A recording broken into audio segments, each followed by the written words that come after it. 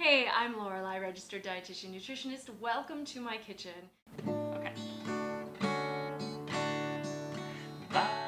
As a dietitian, one of my aims is to really help you to fall in love with healthy eating. But I think you kind of need to get to know healthy eating first. As you may recall, Joe and I have been trying to create a song to help you remember what foods you can eat to get all of your vitamins and minerals. Let's see how that's going. Vitamins and the minerals. Okay. Here you can put in your technical stuff. Well, okay, but you have to help me put in the technical stuff. Isn't it simpler to just take a multivitamin? Let's get So- involved in our So- health. Vitamin A rhymes with, what does it rhyme with? Broccoli was the best I could come up with. Okay, well maybe we should move on to vitamin B. Vitamin B is gonna have to be kind of a long verse because there's actually a lot of B vitamins. Vitamins and minerals. Are we gonna sing this? Is this gonna be repeat every single time? Well, it's kind of have a chorus. I guess this could be catchy. Then this is where you get to be as long as you want. I'm going between these two chords and you can do whatever you want to and go on. You gotta And then help when me you're work in the words. You gotta help me. You gotta help me. Come on, help me. I'm not a songwriter. I'm just the guitarist, so. Vitamin B comes in things like grains and meats but it depends on which vitamin you want. Like you have to have some animal products if you want to get vitamin B12. Here's the line that I want to try to fit in. The B vitamin verse is gonna have to be long because it's a group of 8. Like thiamine, niacin, riboflavin, pantothenic acid, and folate. Okay, See, it yeah, rhymes, yeah. right? This is the B vitamin song. It's super long. Okay. B vitamins can keep you strong. They come in foods like, take it. Like grains and meats and beans and seeds and sometimes milk And many, many other foods. Okay, great. Nailed it. Yes. So I wanted to focus in a little bit more on vitamin B today. Vitamin B, and there actually are 8 B vitamins. B1, B2, B3, B5, no B4, B6, B7, B9, and B12. Why are there 8 of them? They're all in a group because they actually tend to serve a similar function in the body. Most of them are involved in energy metabolism. Basically turning glucose, which is what we take in, into energy so we can, move and do stuff. Some of them are also involved in formation of blood components, so I know that's super exciting, and that's exactly what you wanted to know about B vitamins. Where can we get them? That's maybe the more important thing. They are not all found in the exact same sources, although there are some sources that do tend to contain multiple B vitamins. The ones that are going to be best for this are things like whole grains.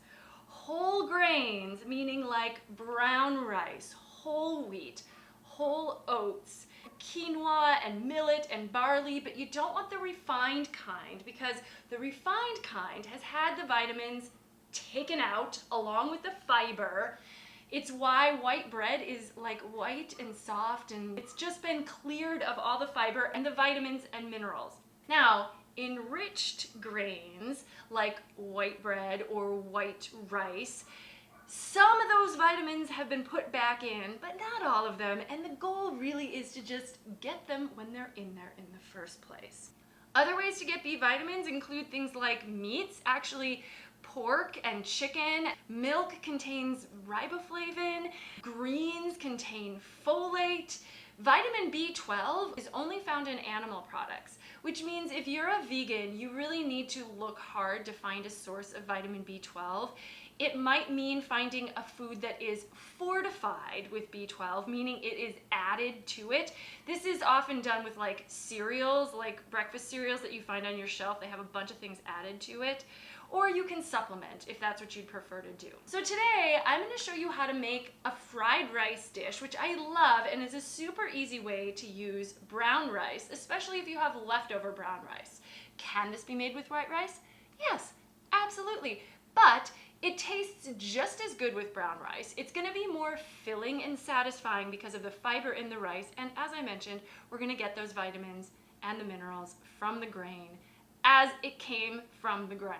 Brown rice definitely contains things like thiamine and niacin. If you don't get enough thiamine in your diet, there's a disease called beriberi that was actually discovered in a culture that was eating mostly refined white rice. People weren't getting enough thiamine and they were getting really sick. So it was discovered that there was this vitamin that was in the whole grain but not in the processed grain that people needed to survive. I'm not actually going to even put a recipe for this in the description because I make it differently every single time, and it's one of those recipes I love because it's a great way to just use up what you've got in your fridge. So I'm using brown rice that was already cooked. It's actually best if it's not fresh, so if it's cold, it's gonna, I don't know, it just works a little bit better that way. I've got some garlic that I've chopped up. I love to use nuts in my fried rice, specifically like peanuts or cashews, so I've got some of those. I like some harder vegetables like carrots and celery, so I've got those. I've chopped them real small. With fried rice, it's just my preference, but I like things cut into small pieces, so use your own discretion. Today I'm also going to use zucchini and mushrooms. I'm going to throw in some green peas, and then I've got some tofu, which I baked. I have another video on tofu and what to do with it, and it talks about how to bake your own tofu, so I did that, and then I chopped it up into even smaller pieces. This is kind of one that just gets created all right at the stove. Once everything's chopped, you just kind of throw them in one by one. The rice is actually going to go in at the end. So I'm going to start with some oil in my pan. Use what you've got. I tend to just use olive oil. And then I'm going to throw in the garlic. I will actually put the nuts in next because I actually kind of like them to get a little bit of that browning toastiness from being at the bottom of the pan with the oil. And then I'm going to go with the hard vegetables like the carrots and the celery. Zucchini and mushrooms are a little softer. There are so many vegetables that I love to add. So things like cabbage and broccoli and cauliflower are great in fried rice. Bell peppers are wonderful. You can go with some like traditional things like little baby corns or water chestnuts, bean sprouts, things like that. So add what you have, add what you like, just kind of have fun with this. And in my opinion, the more vegetables, the better. So get as many of them in there as you can. And then the sauces kind of go in after the vegetables have had a little chance to cook. And I tend to use things like soy sauce. Sometimes I'll actually use peanut butter. I know that's not very traditional, but if you want a peanut sauce, I'm just gonna mix the sauce right in the pan. Saves you a bowl. You can kind of clear a little space, and then the vegetables are really gonna cook right in there. I usually will use an acid, so some kind of vinegar, and often then I'll throw in something sweet. I like a hoisin sauce, but if you don't have that, if you don't want to use anything sweet, that's fine. But even something like honey would be great. And then maybe something hot, so sriracha or hot sauce would be great. And then sometimes I'll put a little bit of sesame oil at the end just to finish it. And then put in the rice. Let that rice get stirred up with that, and it'll kind of clump together and mix in and absorb all those flavors, and you've got a great dish.